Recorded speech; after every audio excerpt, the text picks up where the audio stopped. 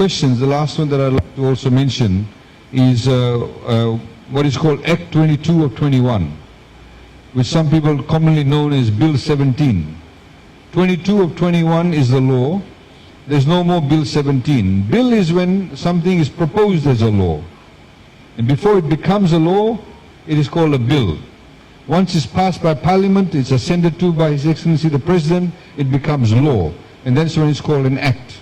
So Bill 17 was a bill last year, it became a law last year. So it's already in force. Please remember that, Act 22 of 21. In other words, now Act number 22 in the year 2021. A lot of people have gone around spreading a lot of misinformation, saying it means that the iTaukei people will lose their land, they won't be able to give consent and all of that. Before it became law,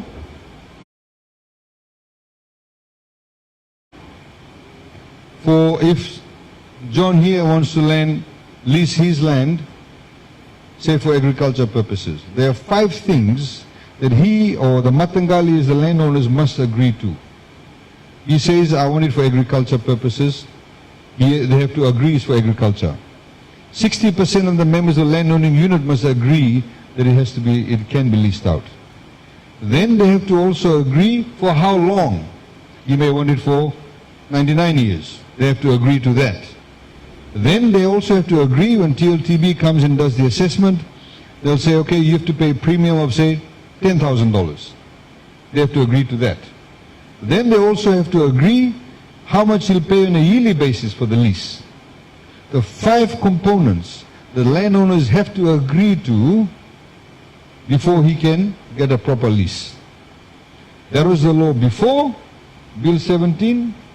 That is the law after Bill 17. None of that has changed. All those 5 things are still in place. What has changed is this. Once, say, John leases the land, he's got a proper lease.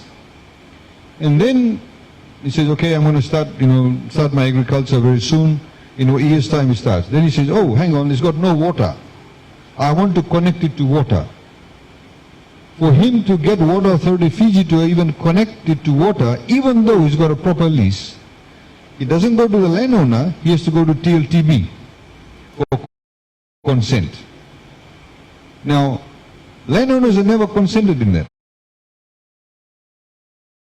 or consulted in that. It's only TLTB. So he puts in an application, pays a fee. They may take 6 months, they may take 1 year, they may take 2 days. We don't know. If he wants to connect it to electricity, he has to get TLTB consent. If he goes and decides to borrow money from, say, one bank A to build his farmhouse or buy a tractor, he has to get their consent. If tomorrow he wants to change his bank from, say, bank A to bank B, he has to get TLTB consent. It does not affect the landowners. So what has changed under this is that you no longer need the consent of TLTB to connect to water, electricity and get a mortgage. It does not change the rights of the landowners. You still have to get the consent of the landowners. Yes, if tomorrow, if John decides to sell the land, he has to get the consent of the landowner. That's still there. If tomorrow he wants to subdivide the land, he has to get the consent of the landowner. If tomorrow he wants to change it from agriculture to tourism, he has to get the consent of the landowner. Those things are there. Those things were there. Those things are still there. So nothing in terms of the rights of the landowners has been affected at all. It's only the administrative purpose of getting the consent. Now this makes TLTB land or iTaukei land a lot more attractive to lease.